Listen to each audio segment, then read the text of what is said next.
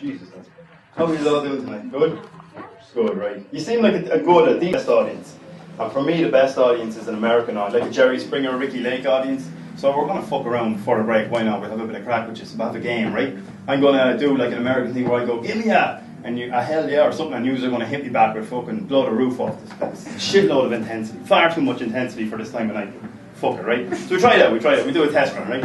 Give me a hell yeah. Hell yeah! That wasn't too bad for the first one. Give me a booyah! Booyah! Yeah. Give me a yo yo yo! Yo yo yo! That's good, that's fuck. We split the room in half from this man here. So everyone this half of the room, give me a yo mama!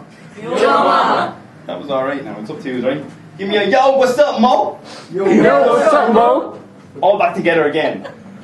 Give me a how you doing? How you doing? Lady up the front here, give me an STD. Fucking knew it. Cork.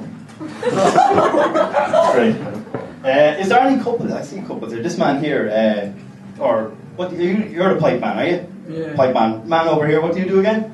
Working with the engineering company. Is this your girlfriend beside you? Yeah. Does your girlfriend do this, right? This does my head in, my girlfriend does it, where when it's her turn to get a DVD or something, she'll get the most soppy, miserable, depressing things she can find in the shop.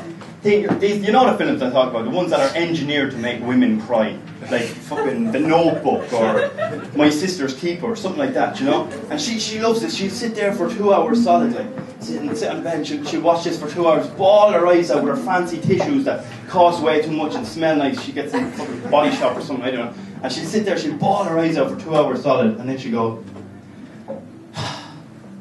I needed that. I needed a good cry.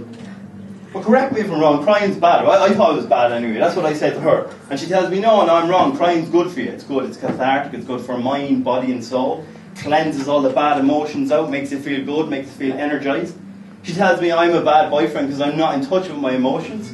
That I'm not, I can't be a good boyfriend to her. She says, how can you love me? Just wait and hear this. She says, how can you love me if you can't love yourself? Yeah, she pulls out that line on me. Instantly when I've said that, every man in the room is going, fuck's sake. And every woman is going, so true. But she pulls this one out on me. And luckily, I had the perfect response. You couldn't get better, right?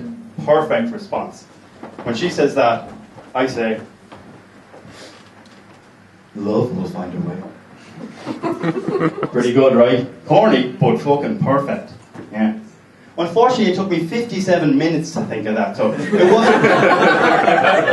wasn't quite a swab being screamed at her through the bathroom door while she took a dump. It didn't work quite as well. But what I did then is, I seen her later on that day, and she was sitting on the couch and watching telly, and she did look, she didn't look herself. She did look down the dumps, and I thought, here's my chance, it's my chance to be a good boyfriend. I'm going to give her a good cry. She'll feel great. So I slid up beside her on the couch, I said, baby, you don't, fuck it, I'll do it with this girl here. See how I did that? Y'all see how I did that? I said, babe, you don't look yourself. I tell you what, cheer you up tomorrow, I'll take you out. We go shopping, get you some new jeans. Some bigger ones. Not at you. Because I'm sick of it looking like your arse is pregnant. Not her again. She bawled her eyes out for a week solid. I thought, yes, I'm the best fucking boyfriend ever. She's going to cry for a week solid, and then she's going to feel so good, so cleansed. I'm getting some loving. No. No, apparently it's the wrong type of cry. Yeah. Instead of a considerate boyfriend, I was an insensitive dickhead. And it's not that I'm too macho to cry, or I could be made to cry by film. But I think when you know they're trying to make you cry, it becomes competitive. It's a game. And I want to win the game. Like, so she'd be sitting there, like, dabbing her eyes, and with her peripherals, checking me out, see what I'm doing. And I'll do the man thing of, like, I stare at this film now. It's quite sad. Those kids have no mother. The doggy has no front legs. I want to cry. I'm going to though. I'm going to stare at this screen so hard. I'm not even going to blink, because if I blink, I might accidentally. And I'm just going to stare. Oh, shit, there's a fly on my eyeball, that's uncomfortable. Fuck off, like. And then if you do get to the end of it, you go, yes, I made it to the end, I didn't cry, my man. Yeah. And all is good. And that's grand for the films where you see it coming, and you can say, okay, I can prepare myself. When they come out of left field and you don't see, why did I go to the right there? When they come out of left field, and you don't see them coming, they're the ones that get you. Because recently I sat down with my little niece, my little 5-year-old niece, to watch Marley and Me. I thought, a playful childhood drama, it'd be a bit of fun. I cried like a 13-year-old at a Jedward concert. It was ridiculous. There was nothing manly. The only manly thing about it was that instead of little dainty Body Shop tissues, I had big, manly-sized chunks of Charmin kitchen towel. And that was only so that an elephant didn't kick my door and suck the tears straight out of my eyes. And it was so embarrassing. And when I thought it couldn't get any more embarrassing, my little niece, my little 5-year-old niece, she leans her hand over, puts on my hand, and she says, "Don't worry, it's not real. The doggy's not really dead. It's only a film." I thought, melted my heart, I cried even more. She did have a follow-up question. She said, "Uncle Andy, are you gay?" Yes, apparently my 5-year-old niece is more of a man than I am. There you go. I do like films. Come in, people, sit down. Notice the rules. Thank you. Oh yeah.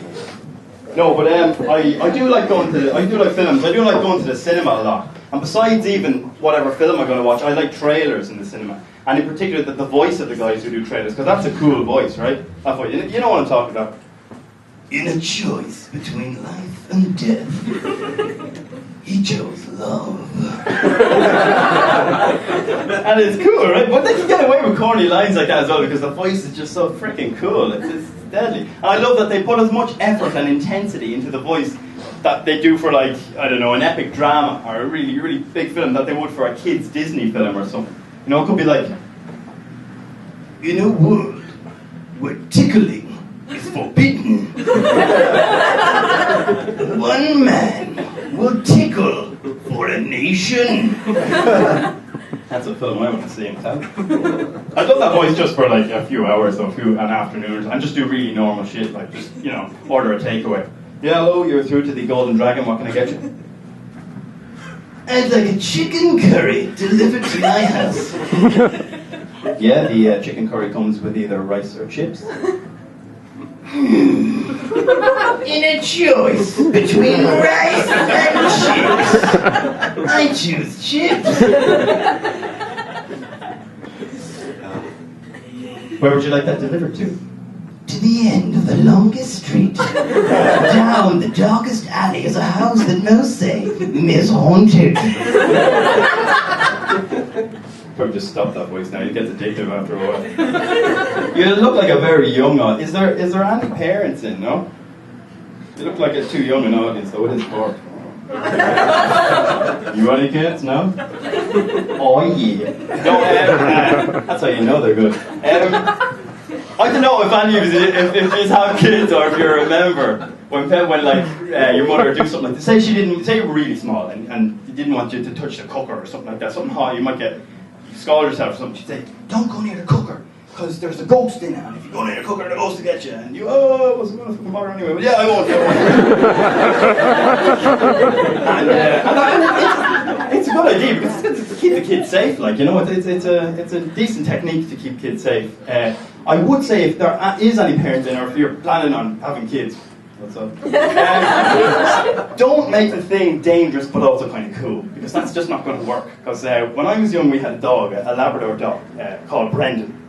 And a ridiculous name for it. This is what happened to a 5-year-old named Pets. But my mum said to me and my brother, she said, "Don't feed the dog chocolate. If you feed the dog chocolate, its stomach will explode."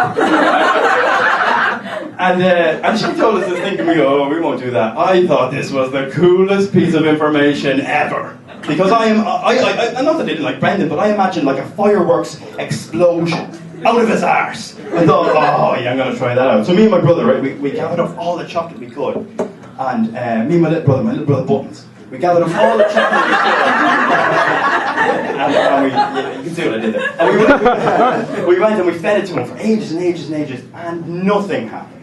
Absolutely, we were so let down, we couldn't believe it, nothing. We fed him for hours and hours, lots and lots of chocolate, and nothing. Well, he went blind. But besides that, nothing happened. And we were so annoyed and pissed off, we got in trouble, and my dad said, "We're in big trouble for feeding the dog chocolate. I told you not to feed the dog chocolate."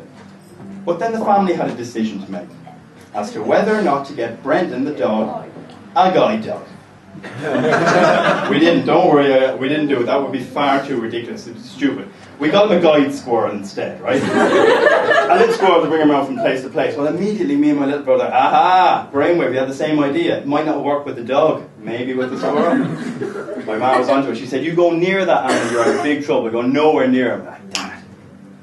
We thought, went to my copybook, you know, my maths copybook, busy at maths, ripped out a page, and I fashioned a little jacket for the squirrel. And on the jacket I wrote, "I'm not a dog, give me some chocolate." I figured, fuck it, like some other kids will do our dirty work, we'll still get to see the explosion.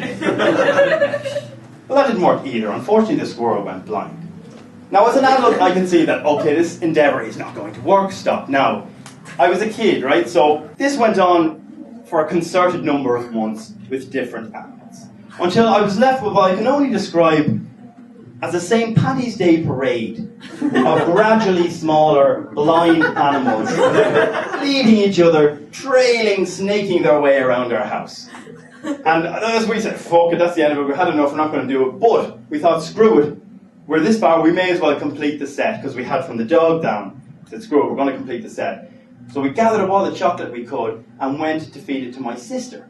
Thinking, she'll at least either explode or go blind. But she died.